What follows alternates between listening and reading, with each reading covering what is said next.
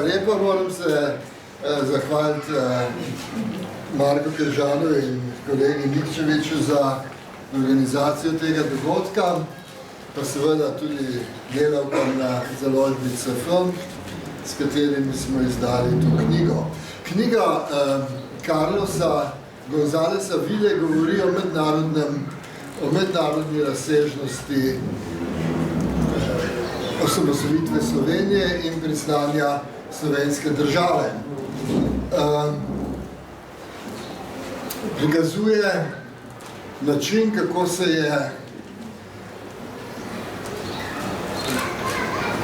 je lokalna politična birokracija zadelala pomočjo birokracije ideoloških aparatov države, se pravi kulturniške birokracije, integrirala v širši proces, ki je potekal že od konca 70-ih, začetka 80-ih let, ki smo najprej rekli konzervativna revolucija, se pravi odgovor na delavska gibanja in protiimperialistične boje po drugi svetovni vojni.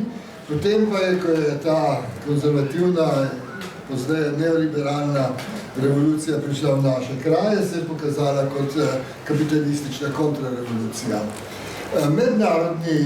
Mednarodni procesi so imeli seveda veliko vlogo pri obnovi kapitalizma na področju nekdanje Jugoslavije,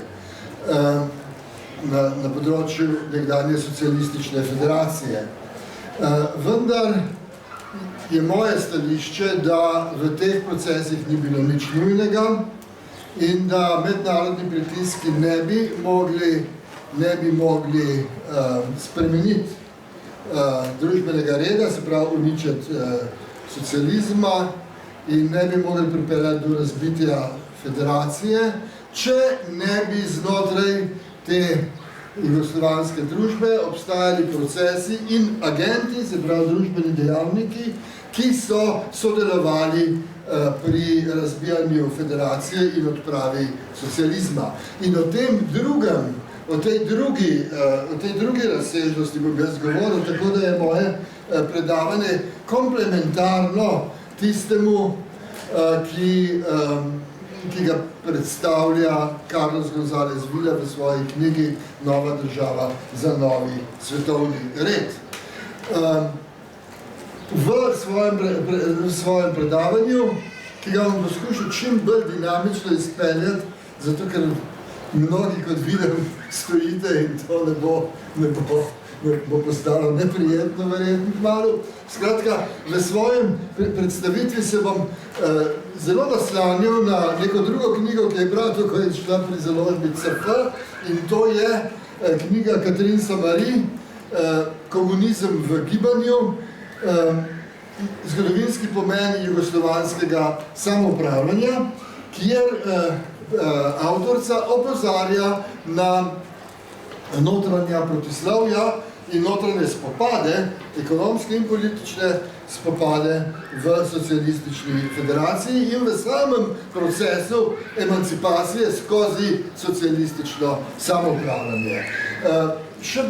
Prav tako se bom oprl na spremno besedo Marka Kržana k tej knjigi Catherine Samari z naslovom Jugoslovansko samoupravljanje in prihodnost socializma, ki zelo zgoščeno prikazuje zgodovino jugoslovanskega samoupravljanja. Tako da bo moje predavanje razdeljeno na 3 neenake dele. Prvi del bo zelo kratka predstavitev strukture kapitalizma, vsakega kapitalizma nasploh, zato da bomo pokazali, kaj je naredila jugoslovanska socialistična revolucija, ko je odpravila kapitalistični, periferni kapitalizem v polkolonialni kraljevini Jugoslaviji in upeljala socializem, ki potem je šel skozi različne faze, in to bo drugi del mojega predavanja, različne različni tipi socializma, skozi katere je šla Socialistična federacija Jugoslavija, in naposled bom poskusil pokazati, kako so notranja protislovja pripeljala do zloma tega socializma in kako je dejavnost politične birokracije oziroma političnih birokracij posameznih federalnih republik pripeljala do razbitja Jugoslavije oziroma razbila federacijo in obnovila kapitalizem. Pričemer bom poskušal odgovoriti na dve klasični vprašanji. In sicer prvo vprašanje, ali je birokracija v socializmu razred. Moj odgovor bo ne. Tukaj se bom oprl na Mandela, Ernesta Mandela.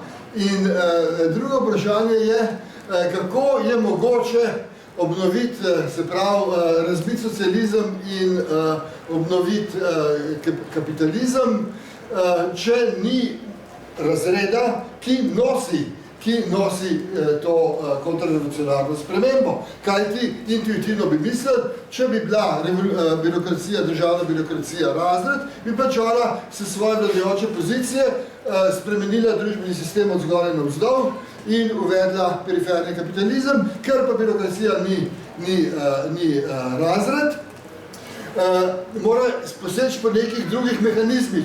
In ta mehanizem sem našel pri Antoniju Gramsciju in Gramsci mu je rekel piemontska funkcija države. Namreč v zgodovinskem položaju, ko ni vladajočega razreda, ko ni razreda, ki bi izvršil revolucijo oziroma kontrarevolucijo v našem primeru, se pravi radikalno družbeno spremembo, lahko država prevzame funkcijo tega razreda, tako kot je v Italiji, kjer je bila buržoazija fragmentirana in šibka, piemontska monarhija, se pravi ta turinska monarhija, prevzela savojska monarhija, prevzela funkcijo združitve Italije in uvedbe perifernega kapitalizma. Tako so v jugoslovanskem primeru nove države prevzele funkcijo, za katero ni bilo razrednega nosilca, namreč radikalne spremembe družbenega sistema, obnove kapitalizma in sicer perifernega polkolonialnega, neokolonialnega kapitalizma. In zato so te politične birokracije potrebovale ideološko silo, ki je vzpostavila fetišizem nacionalne države, in to je priskrbela kulturniška ali birokracija ideoloških aparatov države, se pravi znana vloga društev pisateljev in podobnih civilno-družbenih organizacij pri razbijanju Jugoslavije in poznejših oboroženih spopadih, preseljevanjih etničnih čečenov. Evo, to so teze, ki jih bom poskušal predstaviti. Socialistična Jugoslavija, jugoslovanski socializem, rob je večken, ampak dober. Da se vidi?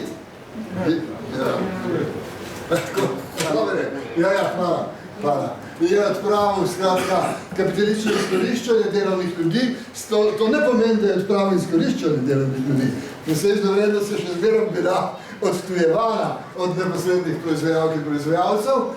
Odpravil proizvodno za profit, to je bolj pomembno, ker je uvedel novo logiko, namreč logiko proizvodne za delovanje in razvijanje potreb. Odpravil buržoazni politični sistem, to je podoben sistem, v katerem danes živimo, to je strankarski parlamentarizem, ki je način reprodukcije kapitalistične države in upeljeval socialistični sistem družbenega upravljanja in delavsko samoupravljanje na eni strani, na drugi strani pa netržno in neetatistično družbeno upravljanje v družbenih dejavnostih. Rešil je problem, ki ga kapitalistična država očitno ni sposobna rešiti, namreč kako organizirati šolstvo, zdravstvo, socialno varstvo in pokojninske sisteme, če jih ne privatiziramo. Ne? To je problem, ki ga je jugoslovanski socializem rešil. In jaz mislim, da je to ena izmed močnejših točk jugoslovanskega sistema. In naposled je odpravil polkolonialno odvisnost stare kraljevine in upeljal, aktivno sodeloval pri vzpostavitvi protiimperialistične organizacije ljudstev sveta, se pravi gibanje neuvrščenih.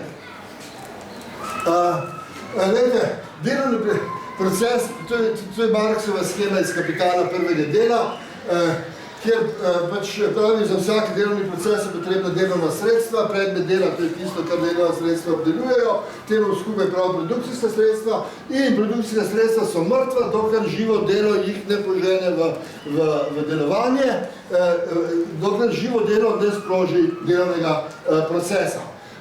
Iz te minimalne matrice je mogoče sestaviti različne vrste produkcijskih načinov. Eden je obrtni produkcijski način, ki ponavadi, ne nujno, ampak ponavadi se v zgodovini pojavlja kot enostavna blagovna proizvodna, se pravi, to je malo kmetijstvo, mala obrt, kjer je neposredni proizvajalec lastnik svojih sredstev, z njimi razpolaga, nima pa dostopa do predmeta dela, ponavadi potrebuje avansor, če mu kaj, ko plačamo, da on lahko nabav predmet dela in ga obdeluje. Za kapitalizem je značilen drug tip strukture, te enostavne matrice in to je tista struktura, ki temelji na ločitvi delovne sile od produkcijskih sredstev, od predmeta dela in delovnih sredstev.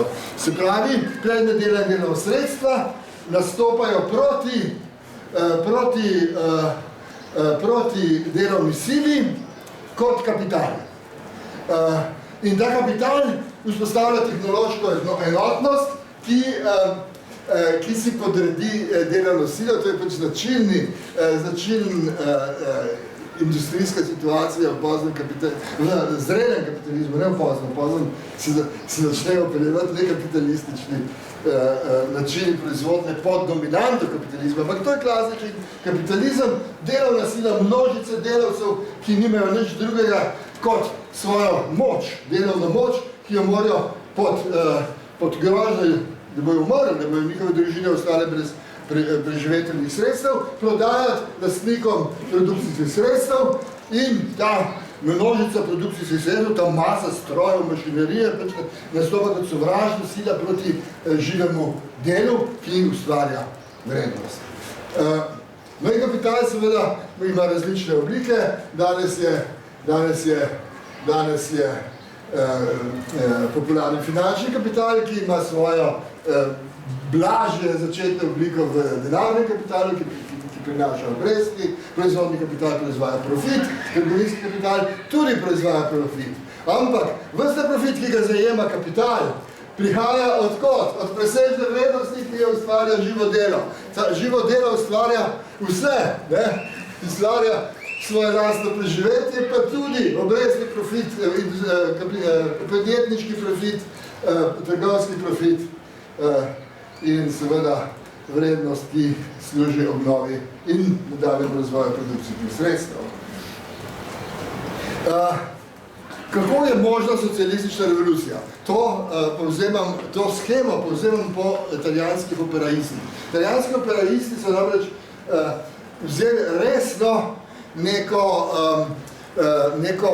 nek moment Marksove teorije, ki v jugoslovanskem socializmu resnic ni bil v središču politične pozornosti. Namreč, da tehnologije niso neutralne, da so tehnologije načini proizvoda. Marks zmerno prav, tehnologije, produkcijska sredstva proizvajajo presežno vrednost, kar pomeni, tehnologija je narejena za to, da proizvaja presežno vrednost, z drugimi besedami, da omogoča izkoriščanje. In ni neutralna. In dokler so delavke in delavci vključeni v produkcijski proces samo kot odtis tehnologije na telesih in na možganih delavstva, so samo tehnična sestava delovne sile. To je tisto, kar vam danes govorijo izobraževanje za trg dela. Izobraževanje za trg dela je uspešno samo, če ustreza tisti tehnični sestavi delovne sile, ki jo zahteva trenutni razvoj tehnoloških produkcijskih sredstev, to je trenutna faza razvoja kapitala. Delavke in delavci imajo možnost odpora, ne samo revolucija, ne, tudi revolucija, ampak samo odpora, samo sindikalnega magar, samo odpora, le s pogojem, da ne obstanejo ujeti v strukturo vsakokratnega kapitala, ampak se neodvisno samo organizirajo, politično organizirajo v delavski razred.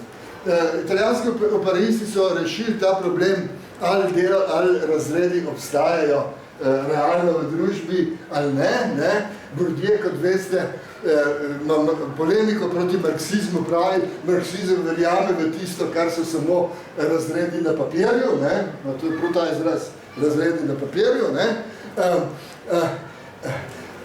in res je, da empirični obstoj neposrednih proizvajalk in proizvajalcev je podrejen vsakokratni tehnološki strukturiranosti pod komando kapitala. In njihov način odpora se začne z politično organizacijo, z organizacijo, ki je zmerno politična, tudi če je sindikalna, čeprav so sindikati uradno apolitični, kar seveda izhaja iz našega sedanjega žargona, ki mislimo, da je politika samo stranke, da so to samo stranke. Ampak če gledate stranke, vidite, da stranke niso politika. Stranke so en monolog neoliberalnih stereotipov. To ni politika, politika je tista, ki kaj spreminja. In to je delavski razred. In to je pogoj za odpor ali pa revolucijo. Skratka, in glejte, če pa takole schematiziramo, pa vidimo, da je delavski razred, če se mu uspe organizirati, da je delavstvo, da so neposredni proizvajalci in proizvajalke, če se jim uspe organizirati v razred, v delavski razred, so zmerom zgodovinsko en korak pred kapitalom. Kajti kapital izumi novo tehnično sestavo delovne sile, zato da bi razbil politično sestavo delavskega razreda iz prejšnjega obdobja. Ta pomeni trenutek, zgodovinski trenutek, ali pa tempus, čas, minus ena, v prejšnjem. To je konec 19. stoletja se to zgodilo. Konec 19. stoletja imate izbruh delavskega gibanja, delavskih strank in sindikatov. Nosilci te politične organizacije so kvalificirani, visoko usposobljeni strokovni delavci in delavke, zlasti v takih industrijah, če si predstavljate Carl Zeiss, Jena, fina mehanika in tako naprej. In takrat potem kapital pelje tekoči trak. Tekoči trak, se pravi, dekvalificirana delovna sila, ni jim treba komunicirati med seboj, ker tehnologija organizira koordinacijo delovnih nalog in priučiti se da na delovnem mestu. In tam so izdelali, Sergio Bologna je recimo prošel ta prehod in to je vzpon Amerike. Množice imigrantov, ki derajo v Združene države Amerike, zato ker je v Evropi agrarna kriza, se pravi ljudje iz kmetijskih področij, ki niso delali v tovarnah, pridejo v ZDA, tam jih pa postavljajo za tekoči trak. In govorijo različne jezike, še boljš, se razumejo, se ne morejo organizirati. No, skratka, o tem se da marsikaj povedati, veste, Ford je uperil nravstveno policijo, niso smeli piti, niso smeli prešuštovati, pa so pa dobili dodatke v plači in tako naprej. Skratka, vse, da bi razbil politično sestavo delavskega razreda iz prejšnjega momenta, ampak, če se oni organizirajo, je ustrezna politična sestava za ta trenutek, za to tehnološko enotnost, tukaj en korak naprej, je kritična do prejšnje, zato je levica zmeraj frakcionaška, med seboj sprta, je nujno, ampak to je pogajanje naprej, ker teoretska politična debato odpira, mora analizirati tehnološka enotnost, teoretska analiza, odpor teorij se razgleda navzdol z mešanico ideologije in znanosti, ki nekateri proučevalci, kot naprimer Freitag, njegova knjiga Polom univerze je šla pri Sofiji, pravijo tehnoznanost. Tehnoznanost to, kar je v resnici prevladujoča akademska disciplina danes, tista, ki služi kapitalu. Evo, to je to. Tole bomo preskočili, ker Marx je to opisal literarno, v 18. primeru, ampak to bomo preskočili. Vračamo se na kapitalistično schemo. Kaj je naredil socializem? Jugoslovanski socializem je naredil tole. Tam, ki je bil čas kapital, zdaj nastopa družbena lastnina.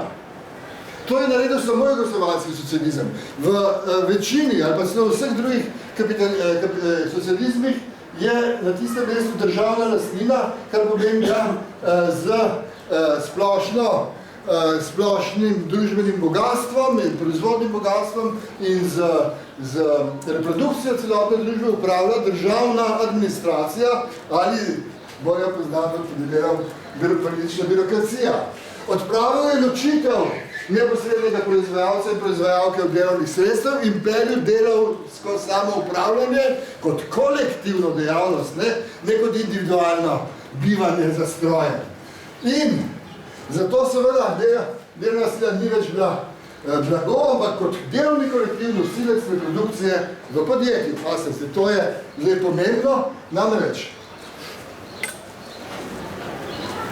kritična točka je tam, kjer sem naredil kroge, zdaj ta schema, ne vem, če kaj dobro govorimo, ampak gre za to, da znotraj posameznih produkcijskih enot, podjetij, tovarn, delovnih organizacij, kot se je takrat reklo, upravljanje zagotavlja delavsko samoupravljanje, se pravi delavski svet, skupaj s svojimi organi, od teh organov so izvršni organi uprava podjetja, direktorja in tako naprej.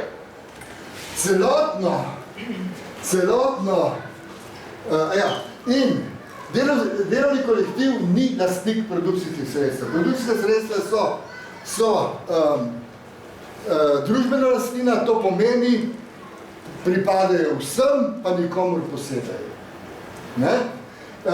In delovni kolektiv samo upravlja s tistimi delovnimi sredstvi, ki so mu zaupana, kot dober gospodar. To je bila ustavna dikcija. Kot dober gospodar se pravi, ne kot dober lastnik, ne profitna logika, ampak kot dober gospodar, ki skrbi za razvoj, ki skrbi za to, da je delovni proces human in tako naprej, vsaj naj bi. Kritična točka je pa tale, kjer je krogec. Namreč z celotnim družbenim produkcijskim potencialom upravlja državna administracija oziroma nekdo, ki mora skrbeti za investicije, za koordinacijo različnih panog gospodarskih, za razvoj, za nastanek novih proizvajalnih moči v krajih, kjer jih ni bilo in tako naprej. Skratka, tam se lateralno začne razvijati birokracija kot specifična družbena grupa, ki je nastala šele po socialistični revoluciji in ki v drugih družbenih sistemih ni imela takega položaja kot v socializmu. Če rečemo birokracija, ki ni socialistična ali pa stalinistična, si lahko predstavljamo recimo kitajske mandarine, ali pa pisarje v starem Egiptu ali pa v Mezopotamiji. Vsi ti so imeli za vratom vladajoči razred in jih je kontroliral, V socializmu pa ni vladajočega razreda, oziroma je bil stari vladajočega razred razbit, birokracija pa vlada v imenu delavskega razreda. Delavski razred pa nima v resnici dostopa do vzvodov oblasti, oziroma se jih mora izbojevati. Se pravi, imate na en stran, se vam pojavil ena nova družbena grupacija na ravni družbe kot celote, znotraj podjetja imate pa menedžerje, imate pa strokovnjake za upravljanje s podjetjem in za upravljanje integracije podjetja v celotno družbeno produkcijo. Zdaj, to ni nič dramatičnega, dokler seveda se ne uvede to, kar se uvede v jugoslovanskem socializmu, dokler se ne uvede trg potrošnih proizvodov. Se pravi, trg tistih proizvodov, ki niso produkcijska sredstva, ki niso produkcijski faktori, ki niso denar, delo ali zemlja in ki niso produkcijska sredstva, ta so pod birokratsko kontrolo, pač pa tista potrošna sredstva, ki niso eksistenčni minimum, ne? Ker cene osnovnih življenjskih potrebščin so pod kontrolo, ne pa luksus, mislim, ne moramo reči luksus, no pa tisto, kar reče zgodovinsko priznanje eksistenčni minimum. Takrat postanejo pa menedžeri pomembni, ker je prvič treba organizirati produkcijo v industrijskem proizvodnem načinu, ki je zasnovan tako, da neposredni proizvajalci in proizvajalka nimata pregleda na celoto in drugič mora skrbeti za integracijo podjetja na trgu, tržno integracijo, kar je spet specialistično delo, ki je tuje neposredni proizvajalci in proizvajalki. Torej sta v tem sistemu dve kritični točki in sicer organizacija enotnosti celotnega družbenega delovnega procesa, ki jo prevzema več politična birokracija in organizacija posamezne proizvodne enote, se pravi tehnološke enote plus delovnega enotnosti strojev, produkcijskih sredstev delovnega kolektiva, kjer se odpre možnost formiranja posebne skupine s posebnimi interesi, to so menedžerji. Kar pelje do enega zanimivega paradoksa. Namreč, socialistični proces planiranja celotnega družbenega delovnega procesa dobiva politično obliko gospodstva birokracije. Socialistični proces se politično formira kot gospodstvo birokracije. Socialistični proces upravljanja posameznega produkcijskega procesa, se pravi posameznega podjetja z samoupravljanjem, dobiva ekonomsko obliko trga, konsumpcijskih sredstev in se tem odpira možnost formiranja nove, nesocialistične formacije, namreč menedžerskega sloja.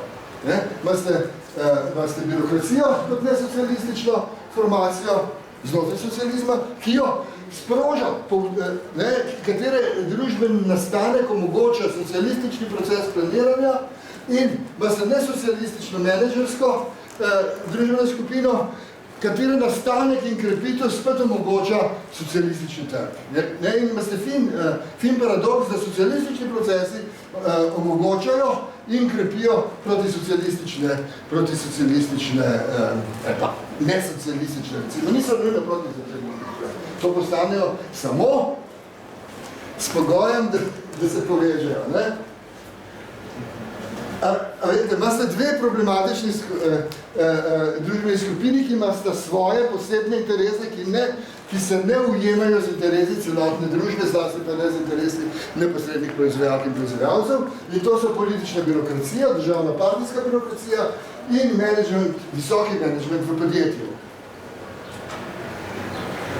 Od medsebojnega odnosa med dvema nesocialističnima skupinama, ki pa ju družbeno proizvaja socialistični procesi v socialistični družbi oziroma v družbi s socialističnim projektom, je odvisno, kaj se bo zgodilo. In v Jugoslaviji sta bile dva trenutka zavezništva med tema dvema skupinama in en trenutek spopada med tema dvema skupinama. Eksplicitnega.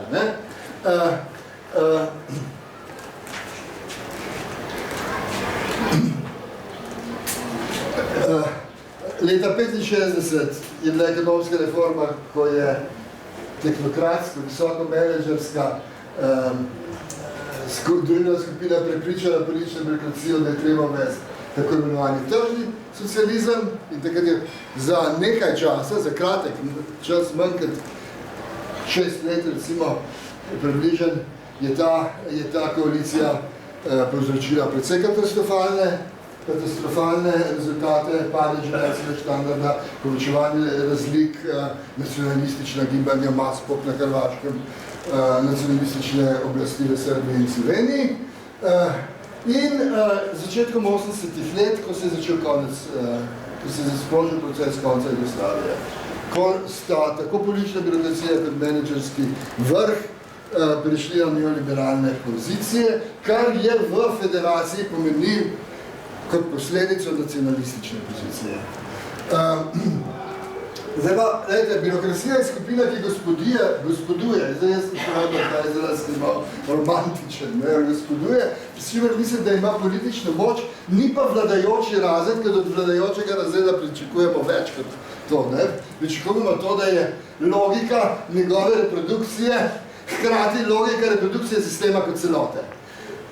Preprost primer, toč, kar se očita kapitalistom, kar je logika kapitalizma, gonijo za maksimacijo profita. Posamezni kapitalist oziroma lastnik kapitala, lahko je tudi samodelničar, in njegov menedžer si prizadevata povečevati, čim pridobiti profit, ki je večji od poprečnega profita. To delajo vsi. In kaj je rezultat? Formiranje poprečne profitne stopne, torej reprodukcija sistema kot celote.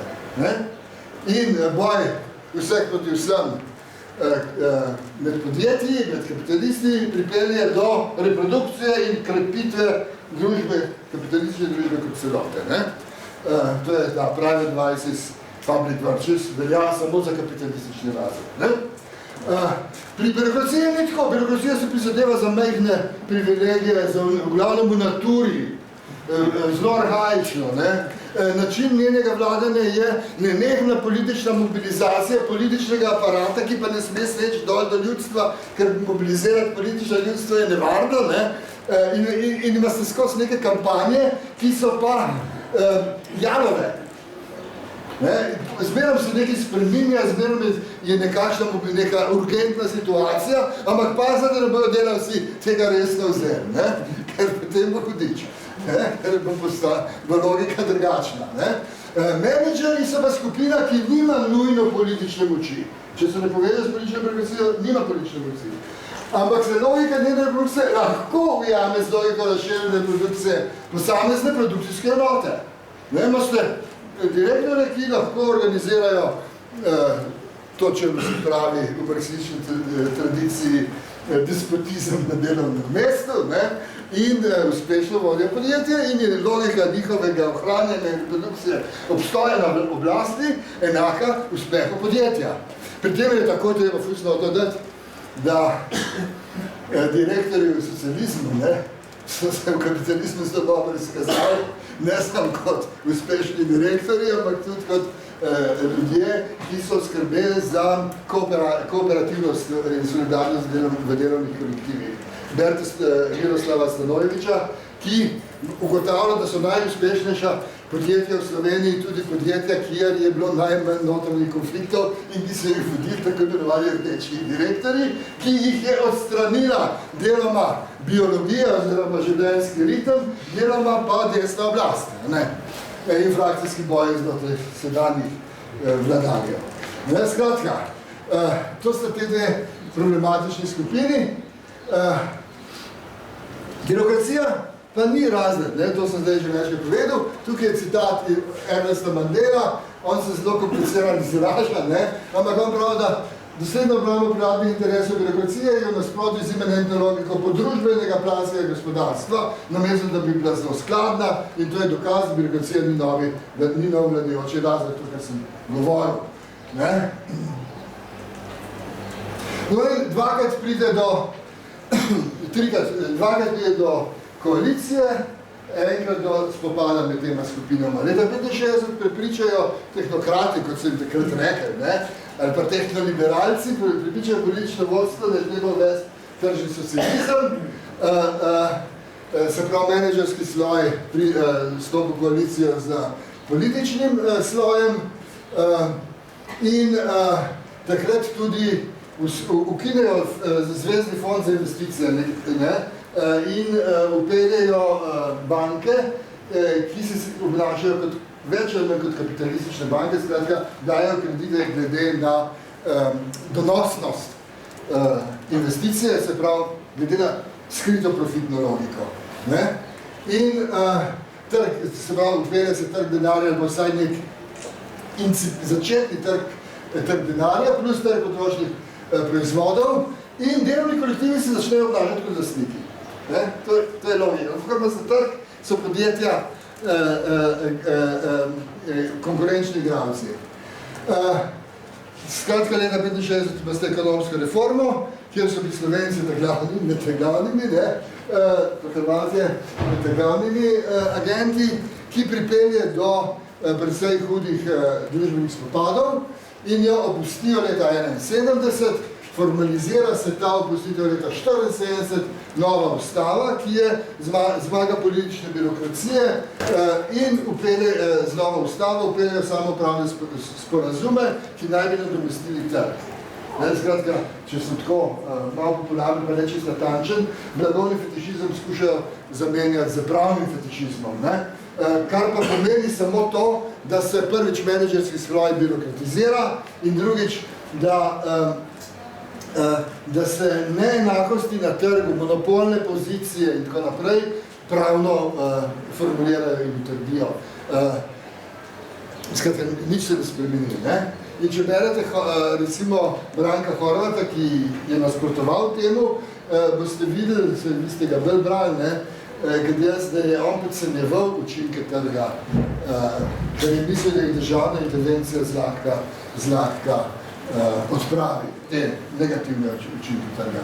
No in v 80-ih letih pa pride do koalicije republiških političnih birokracij plus visokih menedžerskih slojev plus ideoloških birokracij ali kulturnikov na platformi liberalno-politični ideološki platformi in to pomeni konec federacije v teh 10 letih. To je periodizacija jugoslovanskega socializma, ki si jo lahko gledate v spremni besedi Marka Kržana, ki je knjigi Katarin Samari. Pri tem se ne bom prežval, ker gremo naprej. Važno je to, da seveda so bili pritiski mednarodnega denarnega sklada močni in hudi. Ampak Jugoslavija je redno odplačevala svoj dolg. In dolg je bil 20 milijard dolarjev, kar je za današnje razmere banalna številka. No, ampak tisto, kar nas zanima, je pa tole, da v teh različnih fazah imamo različni tip vladavine, različne koalicije na oblasti in različne kontradikcije, ki ta sistem hkrati rušijo in poganjajo njegov razvoj. Na začetku imamo vladavino državna baljske birokracije, to je sovjetski model, ki ga je Jugoslavija opustila. Potem imamo najbolj uspešen del zgodovine Jugoslavije od leta 1918 do konca je tisto, čemer Marko Kržan pravi administrativno samoupravni socializem, kombinacija samoupravljanja v delovnih kolektivih in planskega gospodarstva v družbi kot celoti. V tem obdobju seveda obstaja protislovje med birokracijo in samoupravljanje, ampak to je protislovje znotraj socialističnega okvirja. To je socialistično protislovje, ki lahko najde pozitivne rešitve, ampak vsekakor so rešitve znotraj socialističnega okvira. Z vpeljavo tržnega socializma, tržno samoupravljanje socializem, kot pravi Marko Kržan, nastopi protislovje med samoupravljanjem in trgom, kar je že med socializmom in kapitalistično logiko. Takrat socialistična logika še prevladuje, ampak črv je že v jabolku, da rečem tako. V pravno socializmu se pa ravno zaradi prehude institucionalizacije in pravne kodifikacije začne dogajati razkroj in so protislovja naenkrat se množijo. Protislovje samoupravljanje in trg, protislovje z birokracijo, ki še zmeraj obstaja, socializem, kapitalizem in družbena anomija, kot bi rekel Durkheim, dezorganizacija. Na 80-ih imate pač seveda to isto situacijo iz 70-ih let, se pravi samoupravljanje proti trgu, proti birokraciji, pa pritisk mednarodnega kapitala. Zdaj pa že organiziran skozi mednarodni denarni sklad in takrat še Svetovna trgovinska organizacija GATT, kako se je imenovalo, skratka, imate polno teh institucij, ki nastanejo takrat in ki so narejene za to, da utrdijo kapitalizem, ki je že od sredine 70 let v krizi. Glejte, to so, čakajte, kjere številke prevzeli? To so številke, ki sem jih prevzeli iz Marko Kržana spremne besede. Zanimive so tele, glejte, stopne rasti, ne? Družbeni proizvod je približno 95 tega sedajnega bruto domačega proizvoda. Se pravi približno isto, ne? Veste, rast 12-30%, ne? Paste, ne? Kitajske številke, ne? Potem daljše obdobje še zelo visoka rast, ne? In v celotnem to bo poznati, ja, ampak gledajte, rast izvoza, rast uvoza, ne? Imate pozitivno gibanje, inflacija zelo pod kontrolo. Zdaj pogledajte, tržni socializem. Tržni socializem se pa uvoz, izvoz obrneta. Rast uvoza je nizka, v tem administrativno samoupravnem socializmu rast izvoza visoka, od 66 do 70 se pa obrne. Uvoz naenkrat eksplodira, ne? Izvoz pa pade. Ne? Inflacija se precej poveča. Ne? In, gledajte, tole so številke za malo daljše obdobje, letna stopnja rasti družbenega proizvoda. V celotnem jugoslovanskem poststalinističnem obdobju še zmerom rast bila zelo solidna, 5,5% na leto, povprečno. Tako da vidite, zlasti je bilo pa seveda učinkovito obdobje v 50-ih in prvi polovici 60-ih let. Imate zelo solidno rast družbenega proizvoda. Tole je ena schema, ki ne bom podrobno komentiral, skušal prikazati, da ni res, ali pa da je treba zelo z rezervo imeti trditve, da če daste delavcem oblast, se bodo prigrabili, povečali bezde, prigrabili osebne dohodke, pa pozabili na akumulacijo in reprodukcijo, zlasti razširjeno reprodukcijo. To Susan Woodward recimo trdi, ne? Ampak gledajte,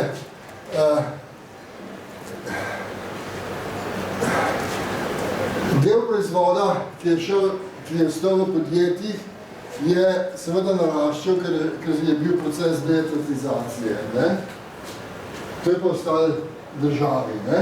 In na začetku država veliko pobere, potem pa se zmanjšuje njen delež, pa spet se poveča. Ampak to ne zato, ker država spet začela upravljati s celotnim družbenim produkcijskim procesom, ampak zato, ker odplačuje kredite in ker je mednarodni denarni sklad prisilil na centralizacijo, ponovno centralizacijo gospodarstva.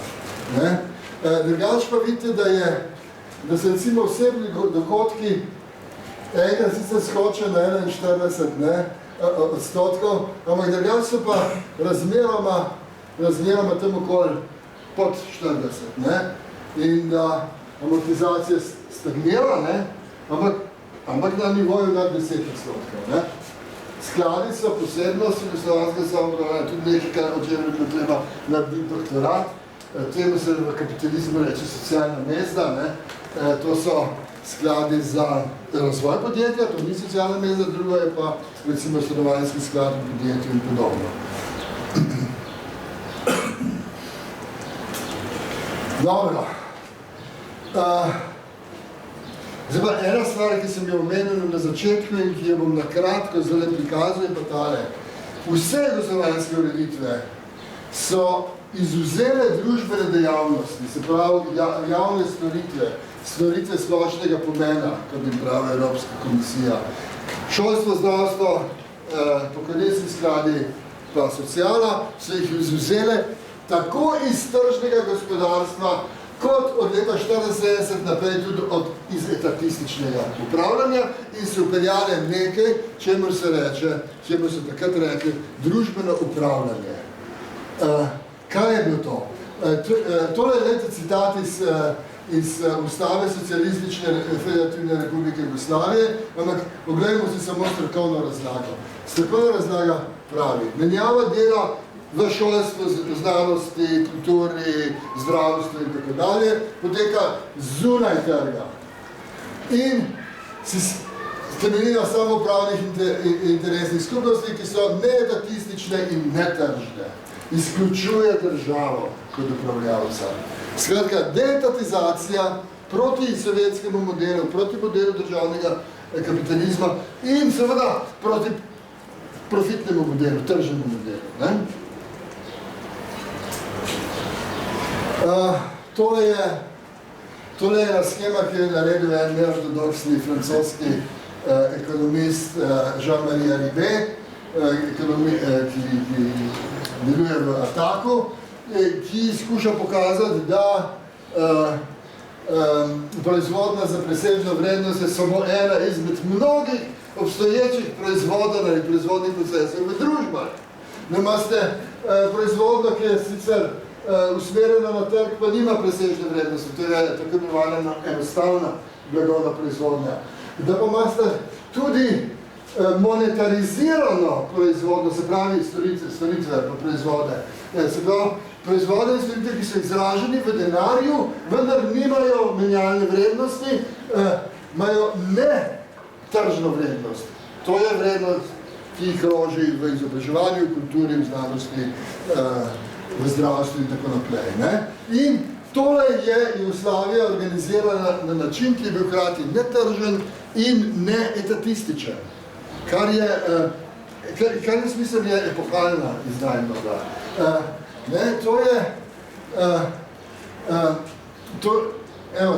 Tole je bila preprosto pokazana organizacijska schema upravljanja za zdravstvom, kulturo, šolstvom. Na organ upravljanja, tisti, ki je odločal, so bile skupščine samoupravnih interesnih skupnosti za področje šolstva, naprimer v občini, kjer spadajo osnovne šole. Če je bila taka samoupravna interesna skupnost v občini, so organizacije združenega dela v tej občini in združene politične skupnosti v tej občini, krajevne skupnosti, naprimer, pa je občina sama delegirala delegate v uporabnikov v to skupščino. Organizacije, ki delujejo v kulturi ali pa v izobraževanju, ne vse, ne? Ali v kulturi, ali v izobraževanju, ali v zdravstvu, pošljajo svoje delegate, delegati izvajalcev. Odločajo skupaj in enakopravno, se pravi, nobena delegacija ne more preglasovati druge. Ne? In jaz sem takrat rekel, to je konzervativni sistem, ki daje prednost negativnemu glasu, lahko blokirate kakšno odločitev, katero hočete. Ne? In to je bilo res. Ne? Veto Poloniam perdibit. Veste, polska žlahta je vse imela pravico, da je vsak plemeč lahko dal veto. Tle ni bilo tako. Ne? Ampak pasite na univerzi, ne? Mnogi so študenti in študentke tukaj, ne? Je bilo osjajno. Je bil univerzitetni svet, ki je bil glavni organ, danes je senat, ne? Je bil univerzitetni svet sestavljen iz 3 delegacij. Iz delegacij delavcev na univerzi in delavk, ne? Se pravi učitelji in učiteljic v glavnem. Na drugi strani splošne družbene skupnosti, na univerzah je to bila republika. In študentke in študentov. In študenti in študentke so imeli pravico veto na vse odločitve. Pomislite, kakšna moč je bila, ne? Neverjetno, ne? In pa se ljudje se, kot smo sociologi, vemo, da se ljudje obnašajo tako, kot imajo družbeni položaj. Če imate odgovornost, se boste obnašali odgovorno, ne? Če nimate odgovornosti, boste prisiljeni se obnašati neodgovornost. Neodgovornost se pravi zavzemati fakulteto, sprožati konflikte, ki ni drugega načina. In skratka, pa ste še to je bilo, ne? Da so delegacije imele imperativni mandat, vezan mandat.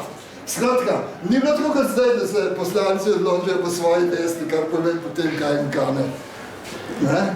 Kot obljuba, ali pa dejansko kakšna korist, ki ni bilo na podlagi vesti, ampak na podlagi izrecnega mandata, ki jim ga je baza določila. Skratka,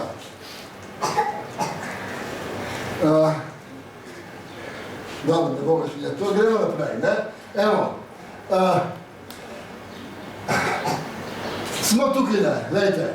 Pritiski mednarodnega denarnega sklada, administrativno omeljevanje samoupravljanja, koncentracija deviz v federaciji za odplačevanje dolga, razpad politične birokracije na nacionalne birokracije, krepitev ideološke, kulturniške birokracije, dominanta mednarodnega kapitala, to vse diktira mednarodni kapital, in odgovor je birokratska, tehnokratska, kulturniška koalicija, ki zavlada v posameznih republikah in ki ni več sposobna reproducirati federacije kot celote.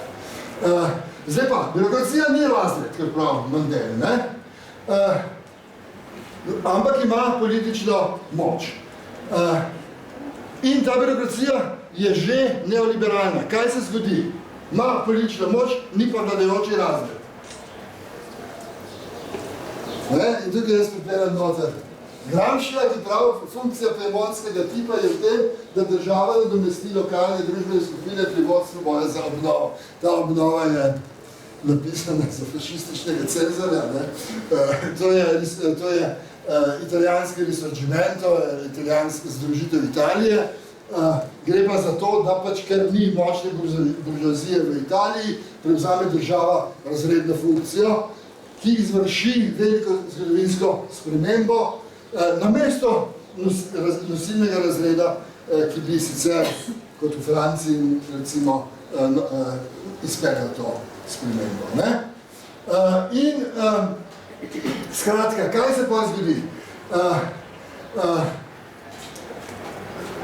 Birokracija, ki je na oblasti, deluje preko in v koaliciji za menedžersko elito, deluje prek države. Spremeni torej naravo države, upelje nacionalno kapitalistično državo. Da bi to lahko naredila, pa v tem trenutku se ne govori o obnovi kapitalizma.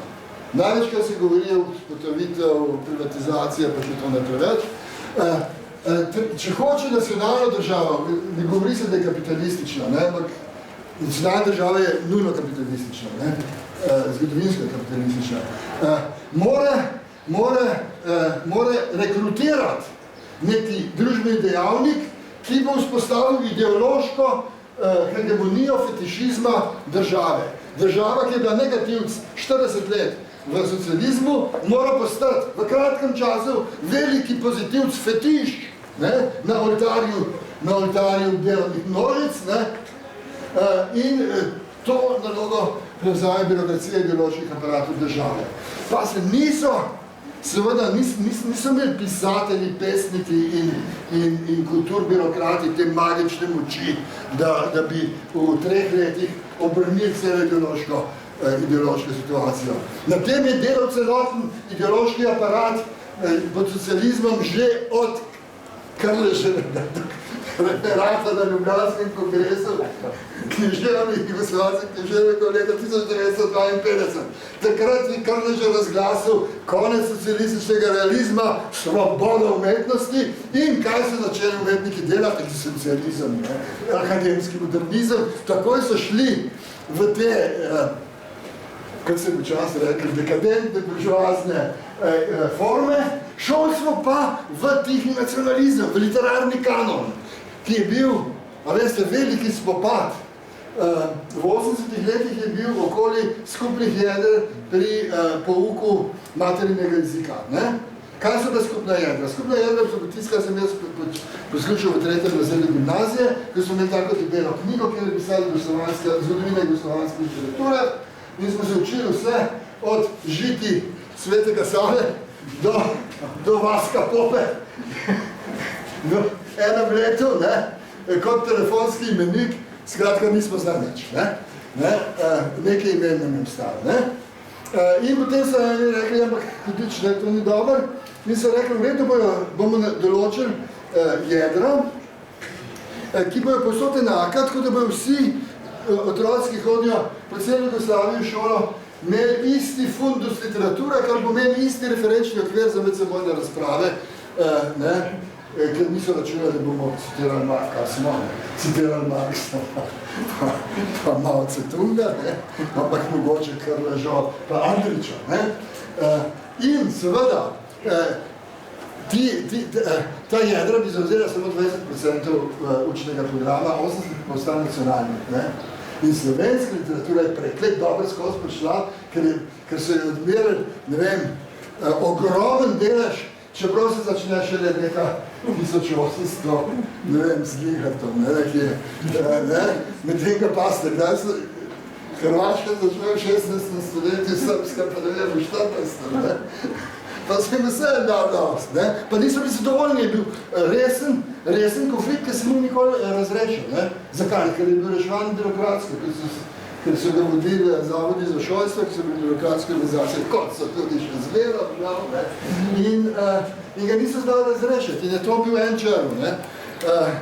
Verjač me skratka, celotna kultura, da, ideološki aparati so bili že dolgo časa nacionalistični, potem je pač prišlo v situaciji hude inflacije, hudih konfliktov, stavk in tako naprej, prišlo do fetišizma nacionalne države, do ideološke hegemonije, nacionalizma in do razbitja socialistične federacije. Kaj imamo zdaj? Prepuščam v razmislek, moj avtor za to je eden izmed teh avtorjev je Hamza Alavi. Hamza Alavi je bil pakistanski marksist, ki je proučeval med drugim postkolonialno periferno in odvisno državo. In njegova teorija je dezartikulirano gospodarstvo, to je uporablja isti izraz kot sami rami, dezartikulirano gospodarstvo je na periferiji, se pravi reprodukcija posameznih dejavnosti ali panog, ni povezana z lokalnim gospodarstvom, ampak z panogami in dejavnostmi v metropoli, on govorijo metropole, se pravi v centru. Recimo, slovensko gospodarstvo se razvija po ritmu nemškega, z 2 leti zamude. Ki konc tam krize, čez 2 let, je tudi pri nas konc krize. Kadar je tem krize, pa pri nas takoj kriza, nič vini. Ker mi tako reagirajo, pa vas odkačajo. Vladajoči razred ni lokalno, ampak je buržoazija v metropoli. On ima, a veste, on govori o Pakistanu pa o britanskem imperiju, še pred globalnim kapitalom, tem finančnim, ki šila po celem svetu. Domača vojaška birokratska oligarhija, to je Pakistan, ki so jo ustvarili kolonialni gospodarji, se pravi vojaški aparat in državni upravni aparat, ki je nastal pod kolonialno upravo, koordinira razlikujoče se, vendar ne nasprotne interese domačih izkoriščevalnih razredov, ki sta po njegovem v Pakistanu po vidnih zemljiški lastniki domača buržoazija. Zdaj pa lejte, analogija. Analogija je pa tale. Dezartikulirano gospodarstvo, jasno, kakšno pa. Vladajoči razred buržoazija v metropoli, gospa Merkel, nek predstavnik te vladajočega razreda. Zdaj pa tudi Macron se posebno zraven. Domača, zdaj pa mi nimamo vojaške oligarhije, še ne ali pa ne iz posebnih razlogov, čeprav so bili poskusi, pa še zmeram tli, po 25% Slovencev se strinja s tem projektom, ampak ok, zaenkrat nimamo tega, Slovenci oziroma veliko volica. Domača državna upravna demokracija zagotavlja podrejanje mednarodnemu kapitalu plus koordinira interese domačih izkoriščevalskih skupin. In to je projekt narodne sprave, ki ga vsake tog časa nasirajo od zgoraj in od zdaj. To ni solidarnost delovnih ljudi od spodaj. Evo, zdaj sem mislim končati, delam razpravo. Hvala za pozornost v teh meteorološko neprijetnih